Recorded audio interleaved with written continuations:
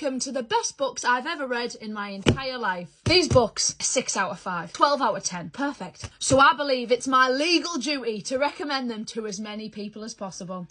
Let's go. The Song of Achilles. This is the book that got me into reading. I've never been a reader, but 2 years ago, this went viral and I was like, I can read a book, and my life changed forever. This is based on Achilles, but not just Achilles. There's a little side piece. And everything kicks off when Helen of Sparta is kidnapped and the war kicks off. If you don't cry when you finish this book, you're broken. Something's wrong. I was sobbing for about 4 days when I finished this book. I think about it all the time. It's so good. I love a Greek retelling. No one does it as good as this one. If you want a good cry, you know where to go. TheOne by John Mars. I will read anything this fella puts out. John Mars writes the coolest dystopian future books ever. This has been made into a Netflix series, as you can see by the unfortunate permanent sticker on my book. The book is 20,000 times better than the TV show. And I know, I hate those people that say that, but it's actually true in this instance. This is set in like the near future where basically we've uncovered the technology to find out who your perfect soulmate is. One swab of your DNA and you will find out who your perfect love match is. So it follows the stories of loads of different people. So a married couple, do they take the test, do they not? They've been married for 30 years. Do they want to know if they're meant to be together? Should they be with somebody else? Somebody gets a match and it's not who they thought it was going to be. Someone does the test and finds out their one true love is a convicted criminal in prison. It's really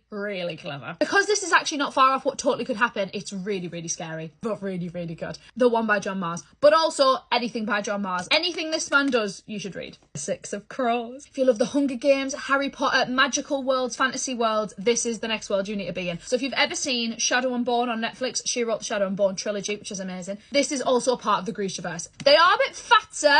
It's knocking on 600 pages. It is massive on world building. If you want more of a fast-paced crazy, this is not the one. But if you want to be immersed in a whole nother world, and if you love that found family trope, this is where we want to be. Personally love when anything, a bit like the Avengers or like in Tinkerbell, when everyone has their own like skill and they all come together to like work together. That's what this is. Kaz Brecker is the main character. What a main character he is. And he's got his own gang of hoodlums and ruffians and he's got to break into the ice court. 6 very dangerous outcasts in one fantastic group on a crazy mission. One of the best books I've ever read, one of the best worlds I've ever been in, and some of the best characters ever. 6 of Crows. A Good Girl's Guide to Murder! Guys, I know this is a super famous book talk book, but there is a reason. I don't know what is laced in this book, but I think about it all the time. This is about a girl in her final year of school. As her final project, she decides to open up a closed case that happened in the same town she was in. They all were like, no, that guy killed her, end of the story. And she's like, but did he? And she basically cracks the case open. There's 3 books in the series and then like a little novella as well. They're all amazing. All of them. Every single book.